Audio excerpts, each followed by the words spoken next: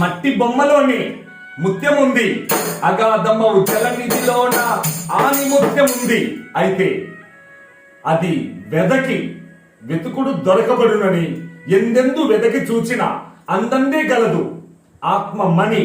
మిత్రమా, మట్టి బొమ్మను చేసి మాయా ప్రాణము పోసి ఒట్టొట్టి భ్రమలచే మిట్టి పడిద వేరా పుట్టపై చెదలట్టు గన్పడి చిట్టినట్టుల మట్టి దేహం.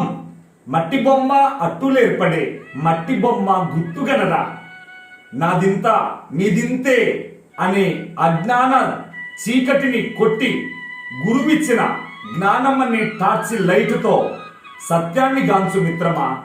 తాడును చూస్తే తాడని గుర్తిస్తే పాము భయం పోయింది. అలాగే ఆత్మ ఒక్కటే సత్యమని ఉండబట్టి ఆత్మ ఉంటే నీ దేహాన్ని నలుగురు మోసే బరువును ఆత్మ మోస్తుంది. ఆత్మ పక్కకు పోతే నీ దేహాన్ని నలుగురు ఎత్తాలి.